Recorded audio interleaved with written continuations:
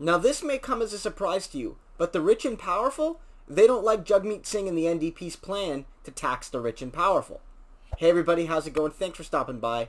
If you've been following this channel over the past weeks and months, you've known that I've been a big supporter of taxing the rich, of the NDP and of Jagmeet Singh embracing class conflict and acknowledging that it's a real concept, that the rich have been winning that conflict for generations, and that it's time for regular people to push back a little bit and to tax the rich not only on their income, not only through corporate taxes, but through increases to capital gains and wealth taxes. And I've talked about this on many videos. I've talked about it before I started making YouTube videos.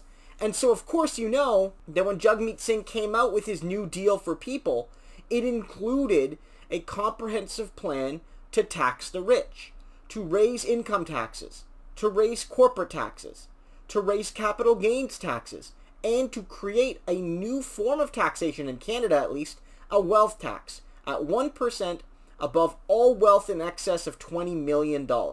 This is a bold plan for Canada, and it's necessary because we need to amass the funds to build the just society that all Canadians deserve, and the NDP needs to be transparent with Canadians and unafraid with Canadians to tell them the truth, that taxing the rich is the way to pay for the things the NDP wants to propose. Again, I've noted this before. The NDP gets this question more than any other party, which is how are you going to pay for it? And sometimes the party gets scared by saying, well, you know, we'll find ways, we'll be efficient, and they'll hem and ha, because they don't want to tell the truth because they're afraid, which is that we got to tax the rich.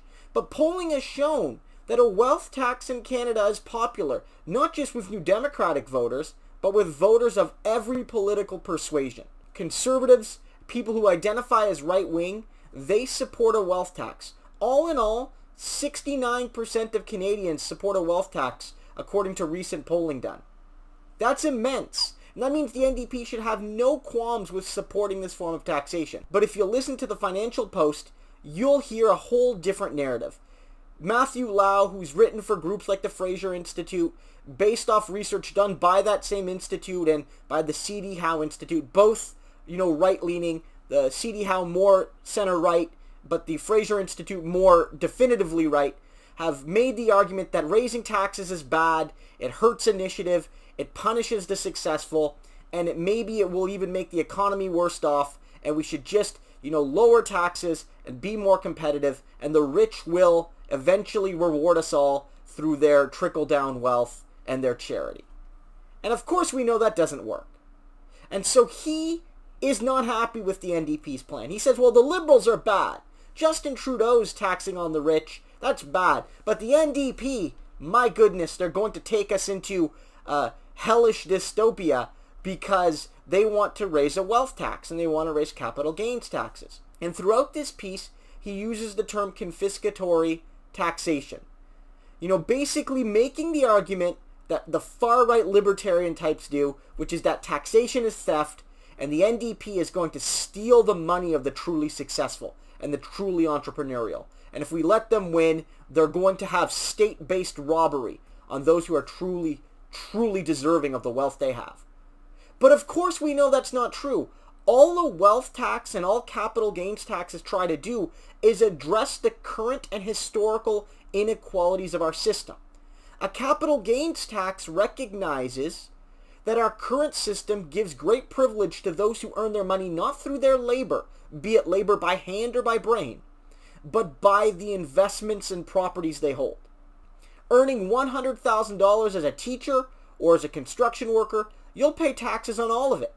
But earning $100,000 off rent you charge on a property or on the profits you get from selling a stock or a bond, and you'll only be taxed on half of that. And that doesn't seem fair to me. So Jagmeet Singh saying, look, we're going to tax capital gains at 75% the rate of income is still perhaps too generous to capitalists. But at the very least, it brings us closer to the ideal that whether you earn $1 as a teacher or whether you earn $1 as a stock flipper, that dollar earned should be treated as full income regardless of the source. And the wealth tax, what that does is it recognizes that it's not just about ensuring tax fairness going forward, but that some people and some families, some groups of people have earned incredible amounts of wealth over historical injustices in this country. And they've become incredibly, incredibly rich, and they frankly don't deserve that amount of wealth. No one does. That's a political statement, but I'm proud to make it. No one deserves more than $20 million. So I think Jagmeet Singh is actually being quite moderate in saying, look, if you have 20, 25, 30, 40, 50 or more $1 million, we're going to ask you to pay a 1% tax on the amount above 20 million. And that's a recognition that the system had been broken for so long that we've allowed people to earn that kind of wealth. And a 1% tax helps us build the social programs we need and helps to fight against rampant income inequality and rampant wealth inequality. If we want to build a just society, we need to understand that massive inequalities of wealth and massive intergenerational transfers of wealth down through family lineages is incompatible with the very concept of equality of opportunity that Canada is supposedly based on. All of this whining, all of this fear-mongering, all of this crying theft by the Financial Post and by others who are doom and glooming about Jagmeet Singh's tax plan, all it goes to show is that Jagmeet Singh is on the right path. Singh is on the right path because the rich will never support the NDP. So when Tom Mulcair tried to, console them by saying he wasn't going to tax them anymore, they still didn't vote for the NDP. They'll never vote for us. Jagmeet Singh is 100% right in saying the rich are the reason that our society is being held back. They're the reason we don't have pharmacare. They're the reason why housing is so broken. There's a reason why inequality goes from generation to generation. They're the reason why equality of opportunity in this country doesn't exist.